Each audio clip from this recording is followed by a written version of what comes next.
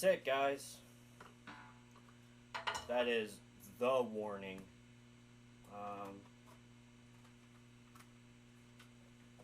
Taken from the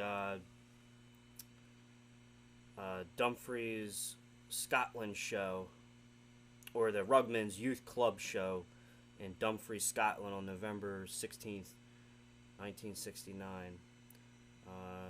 Two releases came out, I think, in 2020, just different covers, but I found out it's the same. The version on this one and this one, it's the same version. This one actually has the extended intro. This one just kind of goes right into the warning part with the lyrics. Again, very hard to hear, very distorted sounding, very bootleggy sounding. Apologize for the errors where I got off beat at some parts. It was just really hard to hear what was going on and where I was at because of the sound quality. Start this one. I love that color. That is the Mapledurham 15th century Watermill house in Oxford, outside of London, where the debut album photo was shot. This is a more recent photo, what it looks like today. And the inside cover, as I showed already.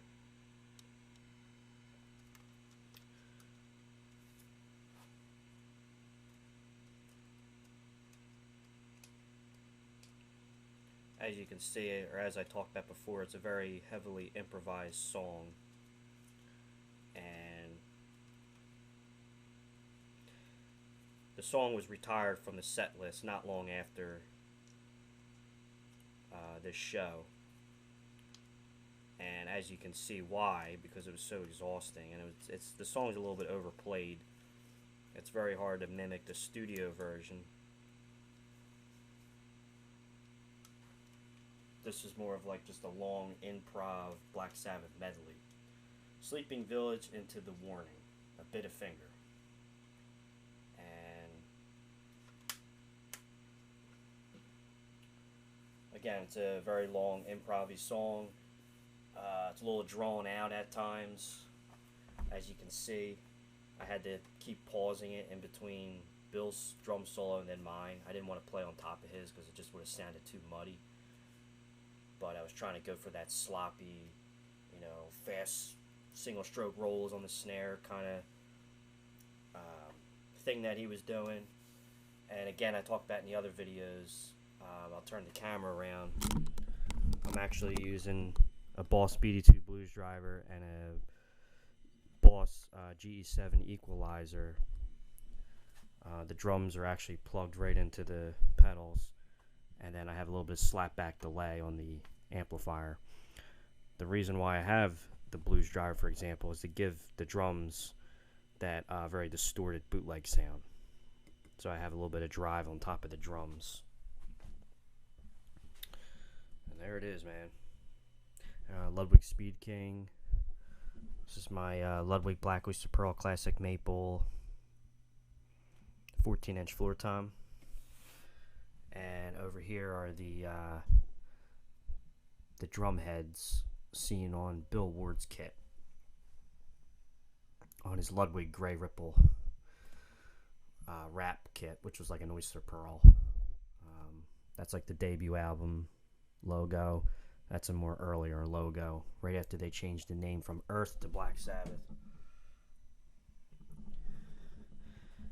And I also wanted to mention, I forgot to mention in my last video, I did the song Nib, N-I-B, from this show.